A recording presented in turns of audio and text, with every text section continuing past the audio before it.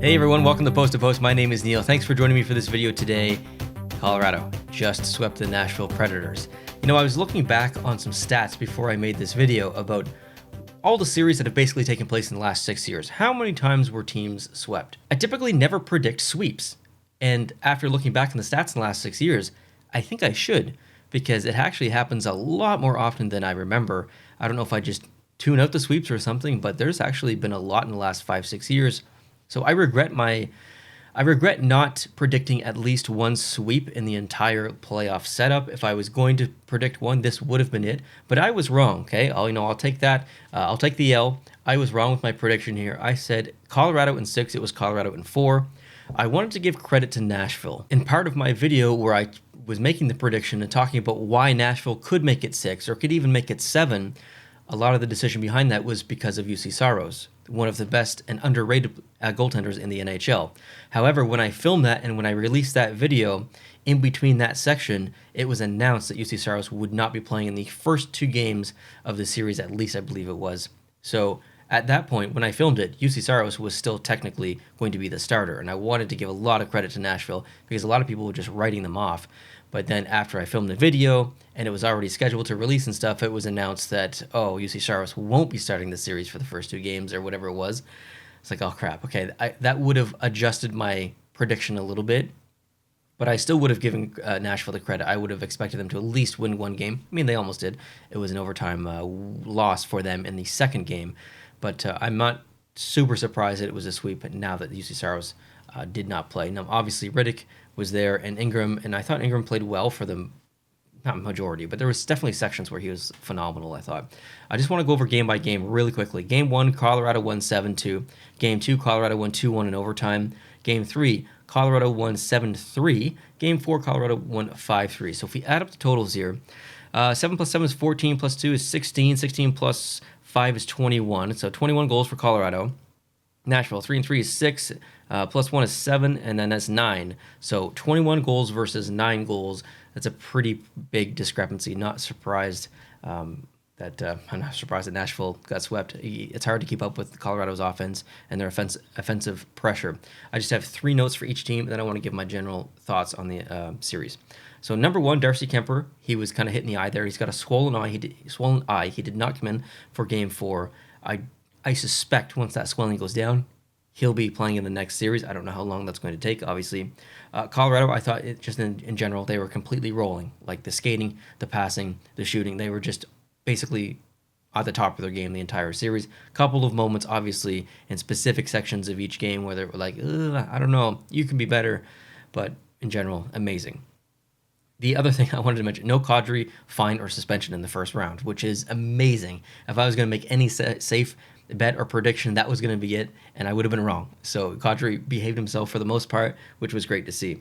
Flipping over to Nashville really quickly, no UC Saros, like I guess I already talked about that a little bit, but if he had been in net, I think this really would have been a different series. No offense to the other goalies there, but he can be a game changer for sure. Skating, I felt skating was very lackluster compared to Colorado, specifically in some of those blowout games. Nashville just looked lost in their own end. And defensively, that's the other thing I have on here. In their defensive end, sometimes they just honestly look lost.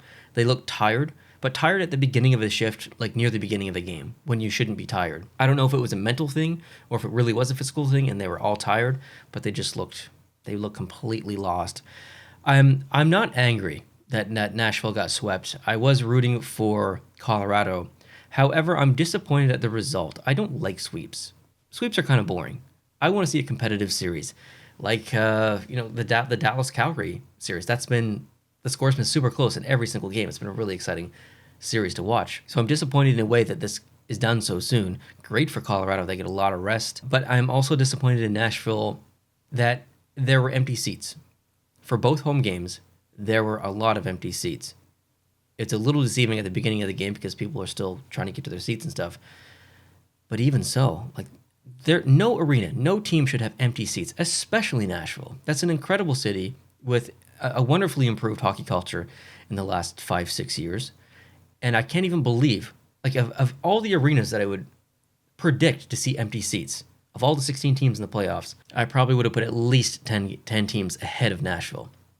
I'm just really shocked that there was empty seats. I don't know if there was something else going on in Nashville, or if it was weather related, or if they just knew that they were up against a powerhouse and weren't going to win, so they just lost interest.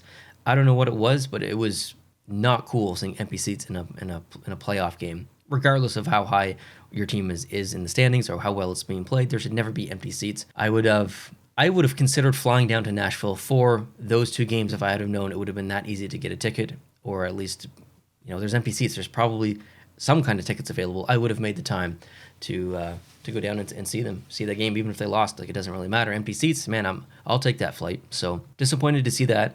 But overall, this series was probably the one I watched the least of, so I don't have an insane amount of opinions or concrete comments, I guess. I'm disappointed it didn't go longer. I'm disappointed that Nashville didn't extend this series out, but I'm not surprised because they've been playing so well. And I said in my prediction video, Colorado's last 10 coming into the playoffs were 4-5-1, I believe it was. And I said that's not indicative of the Colorado. They're resting some players. They're taking their foot off the gas a little bit. We're going to see a full throttle Colorado. And that's really what we saw in the first round. So I was really happy that I was actually right on that specific section. Wrong on a lot of other things, but right on that. That is something that we expected to happen. So good to see from Colorado. I guess we wait. We wait for Colorado to see who they play next. And they get some much deserved rest. Nashville Predators fans that are watching would love to hear from you. What are you disappointed about the most? Do you think that there should be massive improvements with the team, some subtle improvements? What player disappointed you the most? What player impressed you the most? Would love to hear from you.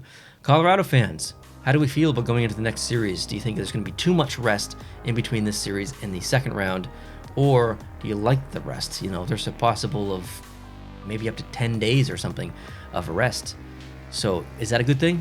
Is that a bad thing? Love to hear your thoughts on that. Hope you guys are having a great day. I will talk to you tomorrow for some more hockey talk, and I can't wait to do that. We'll talk to you then. Adios.